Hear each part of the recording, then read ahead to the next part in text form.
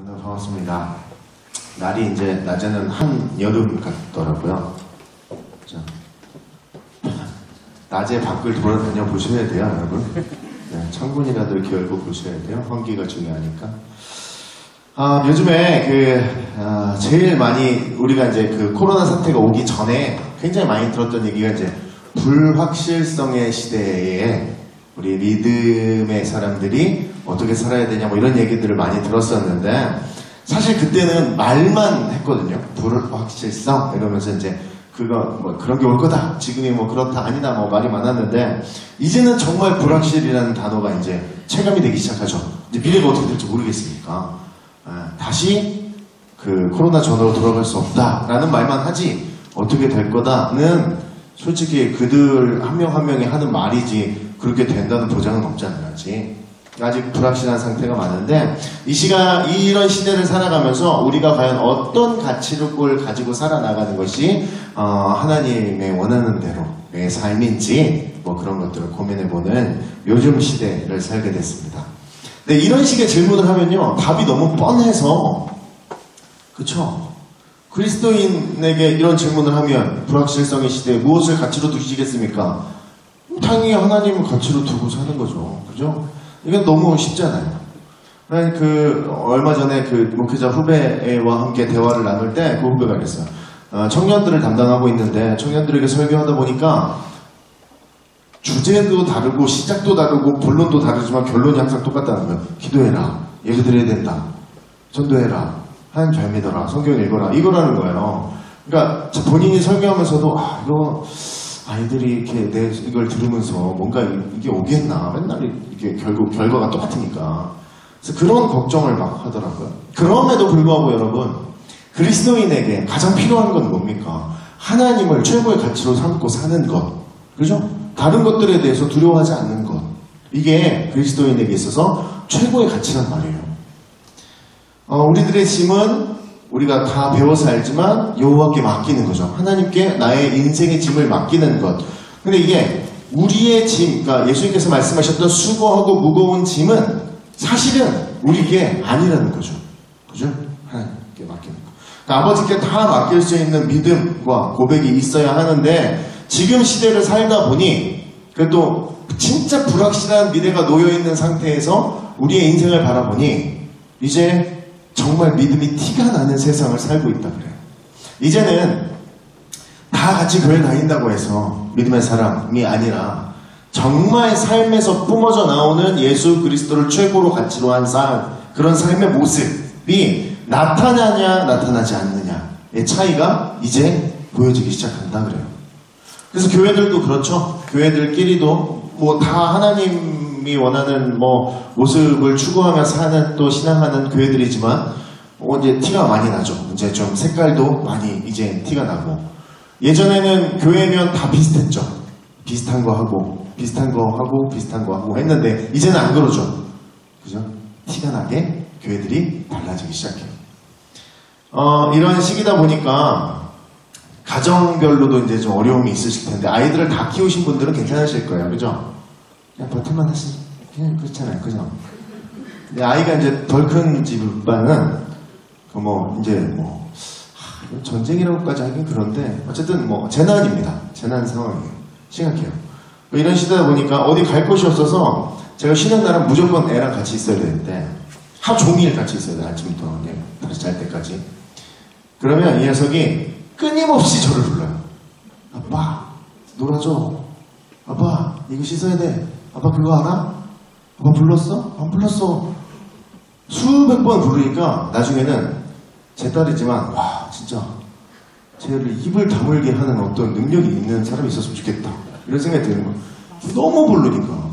그러니까 옛날에 저희 어머니도 그랬거든요. 저한테 엄마 갖다 팔아라 맨날 그랬거든요.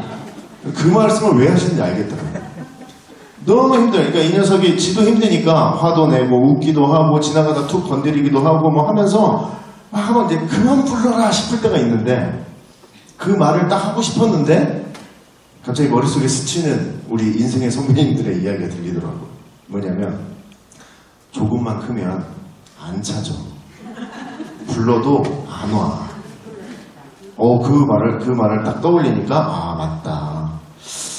그렇지. 아이가 좀 크면 이제 나를 부르는 이 목소리를 내가 그리워할 때도 있을 텐데 하는 생각을 하니까 찾아주실 때 놀아드려야지 하면서 이게 막 이렇게 마음이 유해지더라고요. 근데 그 소리가 그리울 때가 있을 텐데 하는 생각을 하니까 그렇게 행동이 되더라는 거죠. 내 아이가 아빠를 찾는 게 잘못된 게 아니거든요. 그죠? 아빠, 엄마 아니면 누굴 찾아요, 지금 상황에. 엄마, 아빠밖에 없는데. 그러면서 이런 생각이 들었어요. 아, 나한테도 아빠가 있었는데. 제주도에 계신데. 이 생각이 드는 거예요. 아, 나에게도 아빠가 있었지. 나에게도 엄마가 있었지. 그게 얼마나 큰 힘이 되는지에 대해서 깨닫게 됐어요. 그러면서 하나님을 믿는 우리들에게 진짜 참 아버지가 계신데 라면 우리는 얼마나 넉넉한 마음을 가지면서 살 수 있을까라는 생각을 하게 됐어요. 여러분 갈라디아서 4장 6절에 이런 말씀이 있습니다. 너희가 아들임으로 하나님이 그 아들의 영을 우리 마음 가운데 보내사 아빠 아버지라 부르게 하셨느니라.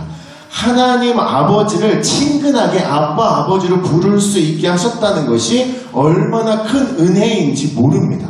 그것이 얼마나 거대한 은혜이고 얼마나 어마어마한 은혜인지 우리는 잘 실감하지 못할 때가 있다라는 거죠. 전적으로 의지할 곳이 있다는 것과 전적으로 의지할 부모가 있다는 것, 정말 많은 부분에서 아무것도 내 상황은 바뀐 건 없지만 내가 부르면 응답할 어떤 부모가 있다는 것, 그 아버지가 계시다는 게 얼마나 우리 인생에 큰 힘을 낼 수 있는 귀한 부분이 아니겠습니까?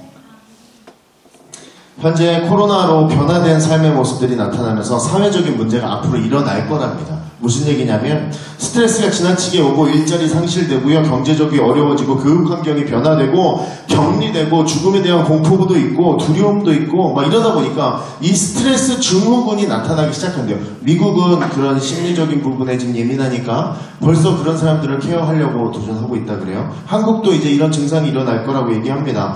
코로나 때문에 죽어가는 사람, 투병하는 사람들에 대한 뉴스를 지나치게 많이 들어서요, 이제는 그것에 대해서 무감각해지기 시작하고 그냥 일이나 하자라는 생각으로 바뀐다는 거예요. 그래서 불확실한 시대를 살고 있는 것이 분명합니다. 왜냐하면 이런 모든 것이 무거운 짐으로 우리에게 작용을 해요. 모든 게 병들어가고 있어요. 사람도 정신적으로 조금씩 피폐해져 가고 있어요. 미국에서는요, 경비원이 그 아저씨 마스크 쓰셔야 돼요 이랬다고 총으로 일어난다는 거예요. 지금 스트레스가 그렇게까지 크게 달했다는 거예요.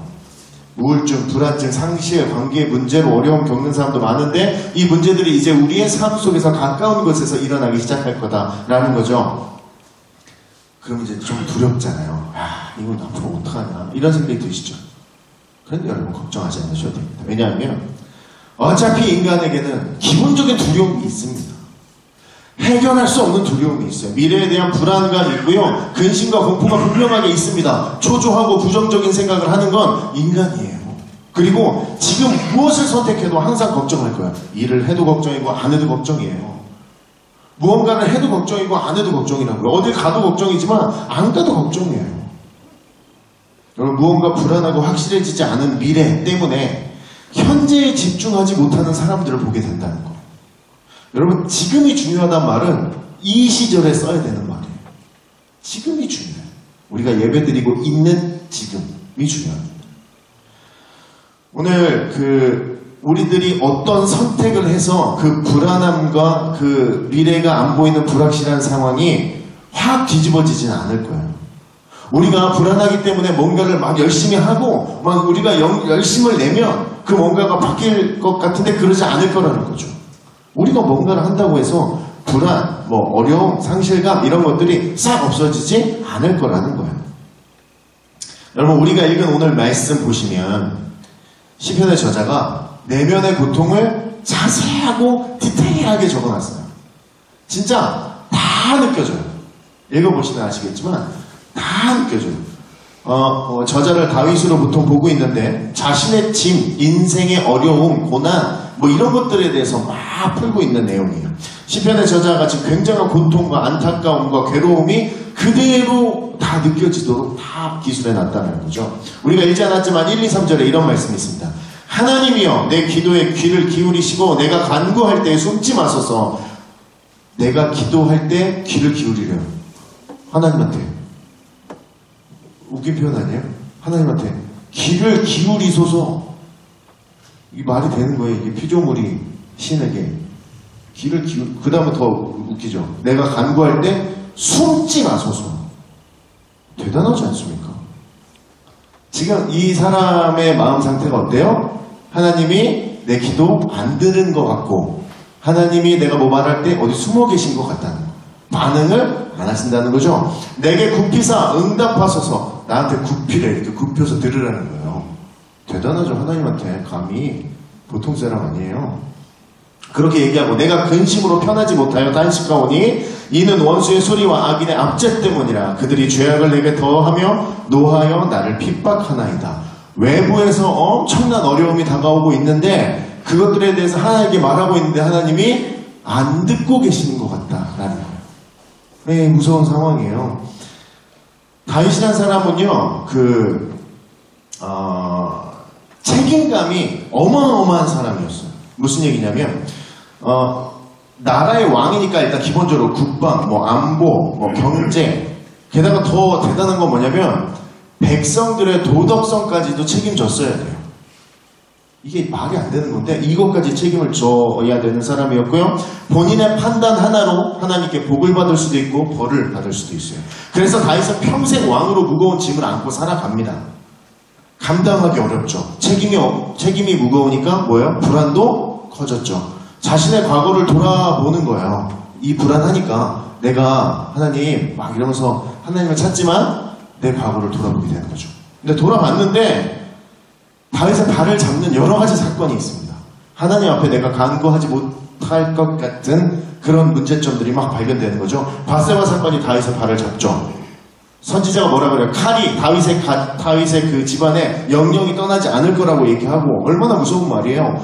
내 자신의 욕정을 채우자고 가정을 파탄내고 남편 죽이고 아내 뺏고 그 대가로 아들인데 압살롬에게 배반당해서 막 도망다니기 시작합니다. 더 지나서는 압살롬은 아버지의 후궁을 욕보이게 되고요.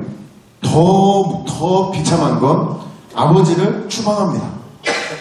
다윗 가까이에 있던 신하들을 압살롬이 다 끌어들여서 다윗을 죽이려고 해요. 여러분, 다윗이 몇 안 남은 병사들이랑 함께 모여서 압살롬을 죽이거나 이렇게 할 수도 있었는데 하나님의 심판이 두려웠어요.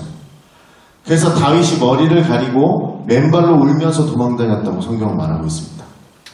여러분, 이게 얼마나 비참한 삶을 살고 있어요. 단순히 왕이지만 왕이어서 왕인데 불쌍하게 산다 이 정도가 아니라 사람으로서 너무 어려운 삶을 살고 있잖아요. 그런데 여기서 더하는 것은 하나님 자신의 충신, 그러니까 다윗이 본인의 충신들을 압살롬이 데리고 가요. 그래서 내가 엊그제까지 나에게 충성하던 그 충신이었는데 이 녀석들이 자기를 죽이려고 하는 모습들을 보게 된다는 거예요. 다윗이 이제 병이 좀 나서 충신이 와서 병문안으로 옵니다. 그래서 막 얘기를 하고 고마웠어요. 돌아갔는데 소문에 의하니까 병문안 온 그 충신이 자기를 죽이려고 했었다는 거예요. 이제 정신을 제대로 잡을 수 있는 사람은 없죠. 이런 상황이면. 이제는 뭘 할 수 있는 상황이 아니잖아요. 오늘 본문 20절에 이런 말씀이 있습니다. 그는 손을 들어 자기와 화목한 자를 치고 그의 언약을 배반하였도다. 다윗의 마음 잘 표현하고 있죠? 그의 언약을 배반했고 관계가 깨어졌습니다. 이제 자기 주변에 남은 사람이 없다고 느껴질 거예요. 사람도 믿기 어려울 거예요. 21절부터 이런 말씀이 있습니다. 그의 입은 우유 기름보다 미끄러우나 그의 마음은 전쟁이요 그의 말은 기름보다 유하나 실상은 뽑힌 칼이로다. 보기엔 괜찮은데 사실은 그렇지 않다는 거죠. 굉장히 무서운 상황이에요. 우리가 읽지 않았지만 5, 6, 7절에 이런 말씀이 있습니다. 얼마나 힘들었으면 두려움과 떨림이 내게 이르고 공포가 나를 덮었도다. 나는 말하기를 만일 내게 비둘기같이 날개가 있다면 날아가서 편히 쉬리로다. 내가 멀리 날아가서 광야에 머무리리로다. 이 무슨 얘기예요? 상황을 피하고 싶은 거죠. 그만큼 힘든 거예요. 여러분들 상황이 사람들이 자신의 인생에 어려운 짐과 같은 상황에 놓이면요 어떤 문제가 생기냐면 내가 이 상황이 바뀌지 않을 것 같은 거예요. 어제도 그랬는데 오늘도 그렇거든요. 내일도 그럴 것 같은 거예요. 다시 뭐 바뀌어낼 상황이 아닌 것 같은 거야. 그러면 이제 방법이 없는 거죠. 그래서 날개가 있으면 내가 이 상황을 떠났으면 좋겠다. 그 상황 떠나봐야 그 문제 해결되지 않아요. 자기만 피했을 뿐이지. 그럼에도 불구하고 피하고 싶은 거예요. 그 정도로 힘든 거예요. 너무 괴로운 고통의 표현을 하고 있는 거예요. 아들이 반역했죠. 충신이 배반하죠. 스스로 죄책감도 있죠. 또 살아가자니 너무 많은 또 이렇게 책임이 자기에게 지어져 있죠. 이 모든 인생의 짐으로 인해서 심한 고통을 받고 있는 다윗이 또 오늘 시편의 저자가 중요한 한 가지 선택을 해냅니다. 절망과 다시는 일어나지 못할 것 같은 그 자리에서 한 가지 선택을 하는데 16절부터입니다.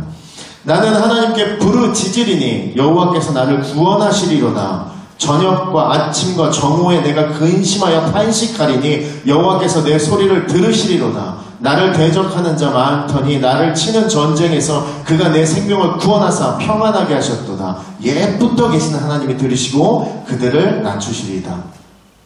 하나님이 들으시고 이에 집중하기 시작했어요.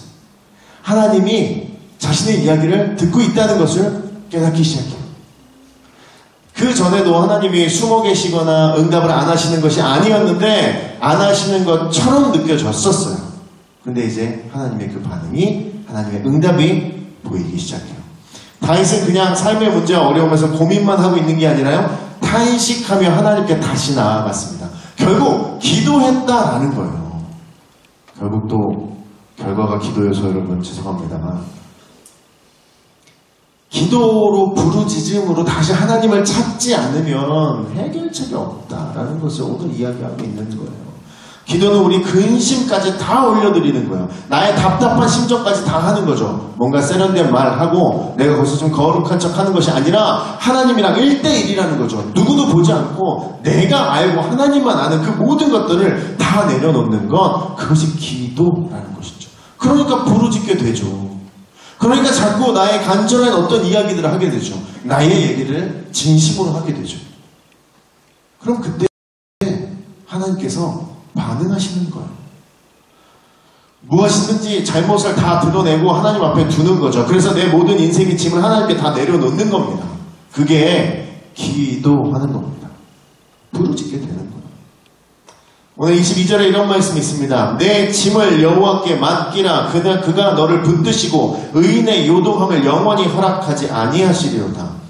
하나님께 나의 짐을 맡길 수 있다는 것, 이것은 어마어마한 복이고 은혜입니다. 하나님께 나의 인생을 맡길 수 있다는 것, 우리가 상상하는 것보다 더 어마어마한 은혜를 누리고 있는 겁니다. 순종이 가능할 수 있는 이유는 내가 맡겼기 때문에 가능합니다. 충성할 수 있는 이유는 내가 내 인생을 맡겼기 때문에 충성할 수 있는 겁니다. 여러분, 맡기고 기다리는 삶을 사는 것에 대해서 어렵게 느껴지거나 거북하다거나 불안하다면 사실은 내가 전적으로 맡기지 않은 것일 수도 있습니다. 맡긴 다음에 기다리고 그 맡긴 것에 대한 기쁨이 오히려 우리 안에 있어야 되는데 인생이 맡겨지면 그 불확실에서 벗어나게 되는데 우리는 그것에 대한 확신을 잘 하지 못할 때가 있다는 거예요.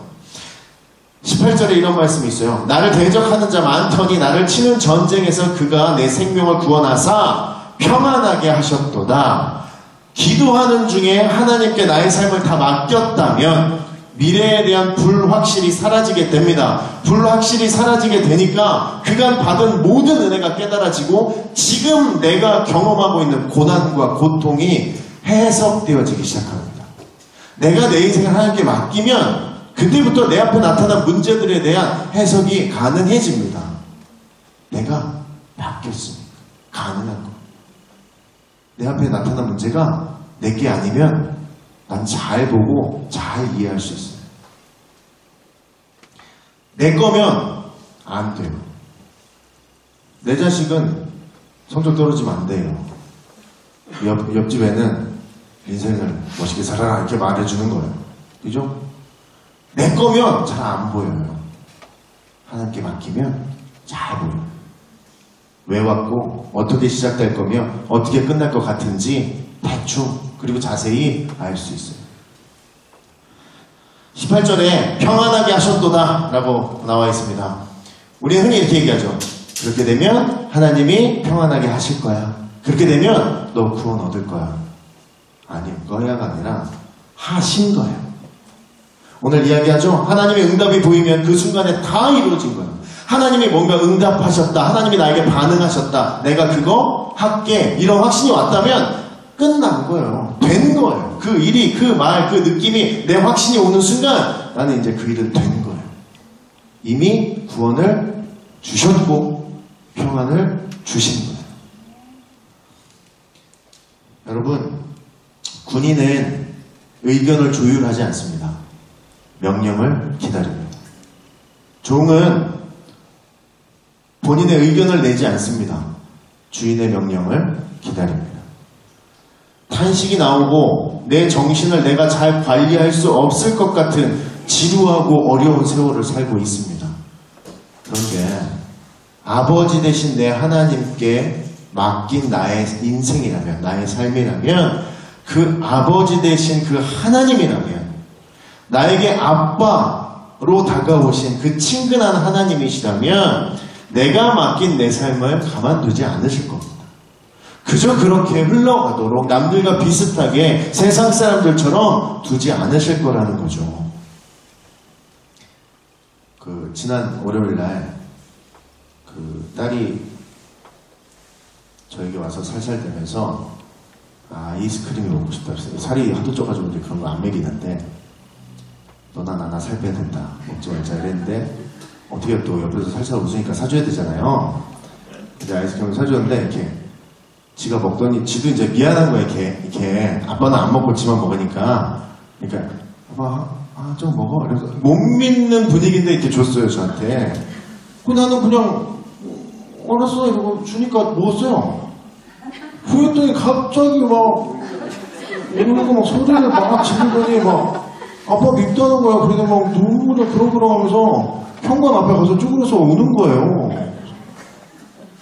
아니 그거 몇백 원 한다고 내가 하나 또 사주면 되지. 그걸 너는 어떻게 이러냐 뭐 이러고 쳐다보고 있는데 갑자기 비명을 지르더니 저한테 막 달려오는 거예요. 근데 확 안기는 거예요.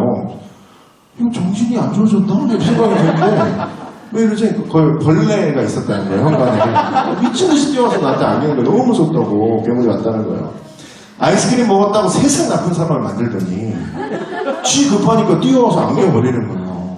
근데 내가 그걸 가지고 얘를 혼낼 수가 없더라고요. 이뻐. 위험할 때 나한테 딱 찾아왔으니까 좋아.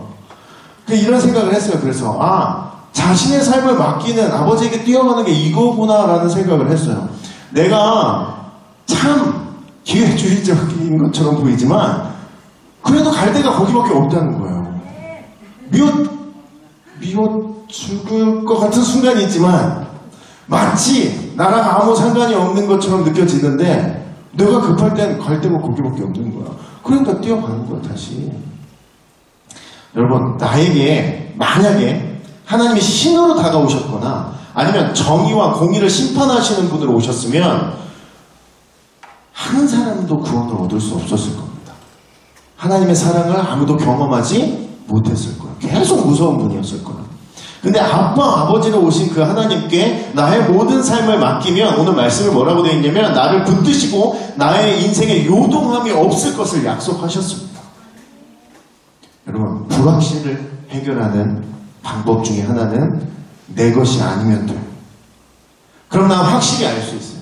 나의 미래를 확실히, 나에게 온 고통이 어떻게 됐는지, 내가 앞으로 어떻게 나갈 건지 나는 알 수 있어요. 내 것이 아니면 잘 보여요. 불확실과 불안함은 아직도 내 삶의 목적과 목표가 하나님과 하나님의 목표와 나의 목표가 다를 때 나는 불확실이 계속해서 나타날 거예요. 이 사실을 우리가 알아요. 하나님의 목적과 나의 목적이 다르면 내 인생에 불안함과 불확실이 나타나는 거 우리가 알아요. 그러면 난 이제 고통 속에서 피하고 싶어서 날개가 막 달리기를 기다리기보다는 어쩔 수 없이 다시 하나님을 부르짖는 겁니다. 고통이 안 끝날 것 같고 불확실한 상황이지만 다시 하나님을 부르짖으면 구원하셨다라는 고백이 우리 안에 나타난다라는 거죠. 아무것도 된 거 없을 겁니다. 미래를 예측도 안 됩니다. 무슨 일이 어떻게 벌어질지도 몰라요. 그냥 불안해요. 그러나 그럴 때 우리가 할 수 있는 최선의 것은 다시 하나님을 부르짖는 겁니다. 다시 하나님께 내 인생을 맡기는 겁니다. 불안하지만 하나님 내 인생 맡깁니다. 책임져 주시고 복 주시옵소서. 다시 하나님께 나가는 겁니다. 부르짖고 맡기면 불확실에서 벗어나는 은혜를 분명하게 경험할 겁니다.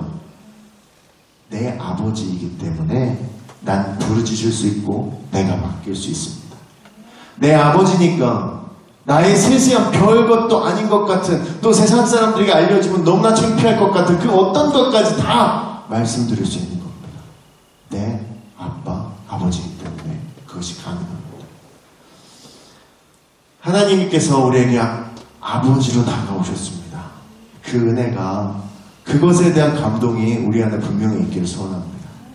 그 은혜 때문에 우리 세상을 살아나가고, 내가 아무리 어려워도 다시 하나님께 나아갈 수 있는 건 하나님이 내 아버지이시기 때문에